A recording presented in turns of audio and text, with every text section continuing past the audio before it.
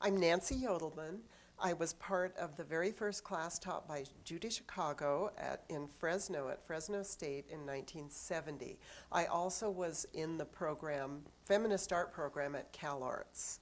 I'm a working artist. Well, the Feminist Art Program at Fresno was it's one of those experiences that is life-changing. I can't imagine what my life would have been like had I not been part of it.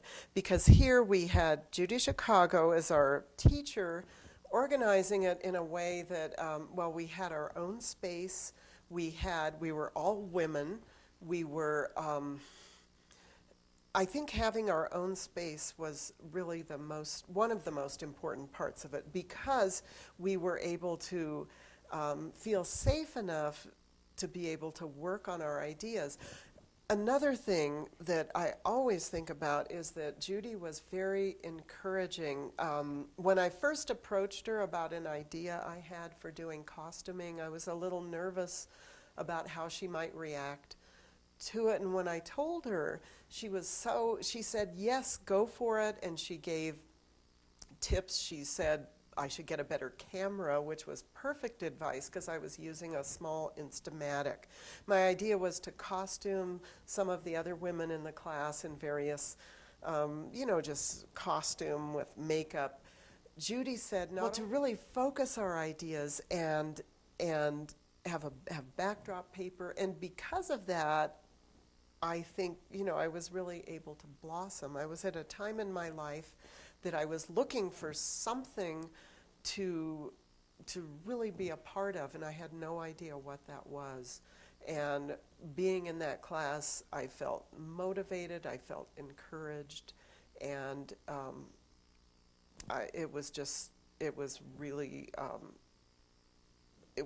essential to my decision to become an artist and know how to do that. When we moved to CalArts, I remember the difference that I noticed was, first of all, we were out in the public view more. We were, about half of the women in the group were from Los Angeles, from New York City.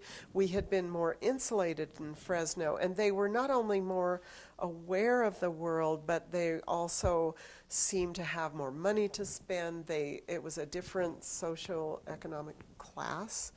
And one thing I remember personally was some of the time feeling very, I've got to think of the right word. I remember feeling very, very held back by that, because I felt here I was from Fresno, we had been very protected, we had been very nurtured, and then now we were out in the public. We were, a lot of the other women didn't have to work. They had money to live on. I was working all weekend, both days, Saturday and Sunday, as a fry cook in the cafeteria. I was working nights in the library to really just barely make enough money to scrape by. But yet, I had still the feeling very inspired in being part of Woman House. When we were doing Woman House, I was doing a room with Karen Lecoq. I was also part of the performance workshop that we worked together and developed under Judy's direction. We developed these incredible performances that were very powerful. So I was very, very busy. The difference between the two programs is I was busy with both, but one was more insulated, one was out in the world. The impact of the Feminist Art Program, both in Fresno and at CalArts in Valencia, it had an incredible impact on me as an artist. In fact, I really can't imagine that I would have even been an artist without them. First of all, in Fresno, I had a role model, a professional artist, Judy Chicago, someone that I had no idea that anyone like that even existed. So there was that. And then being encouraged to work from ideas that came from me, like just ideas that were either dreams or thoughts or some small idea, and then Judy would encourage it, and then I could figure out exactly what I needed to do in order to do it. So it's taking this idea from just a thought, fleshing it out, and having an actual artwork, a finished artwork from it. That's a really an amazing thing. That had I not been part of either program, I never would have done that. I worked with today, all of it, and my imagery, everything came out of that program because I did a lot of thinking in the beginning about, and this was at Cal Arts, about how women would make art different from men. For me, it was the materials, the choice of materials, and that's why I wanted to use dresses and buttons and all of those things, because they were non-traditional art materials and they meant something to me, like buttons that had come from here and there, like all these different garments that were just out in the world. People dissipated, people died, and then here, this is all that's left. And then my idea was to put them on something that, anyway, I know I would not have ever come up with that on my own. I teach at the college level. I've been teaching since about 1995, very steady. Before that, it was more sporadic. I've taught first at the junior college level in Fresno, and now, since 1999, I've been teaching at Fresno State. I started out at teaching one class and then got two. Now I'm what's called a full-time lecturer. And art classes. I taught sculpture for quite a while. Now I teach things like a very large art appreciation class. When I say large, there's 300 students in the class.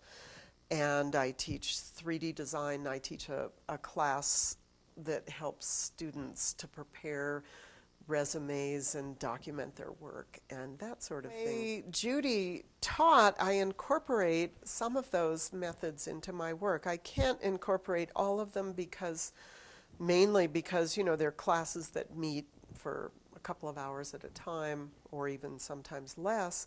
But what I do is first of all, I try to make the classroom be a welcoming place.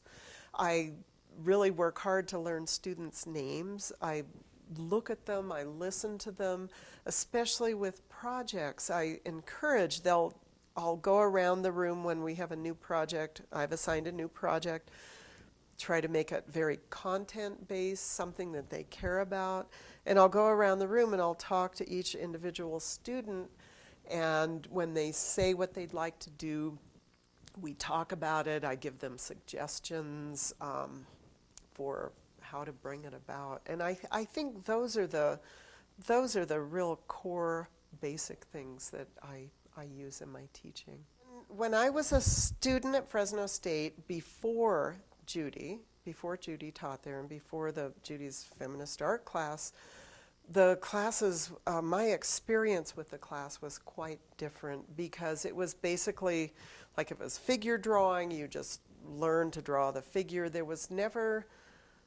were never discussions about content. It was more technique, or whether or not you got the perspective right. Especially when I was teaching sculpture, always at the end, like the very last critique, I would open it up at the end, and I'd want to just hear from them, just their thoughts about the course, about projects.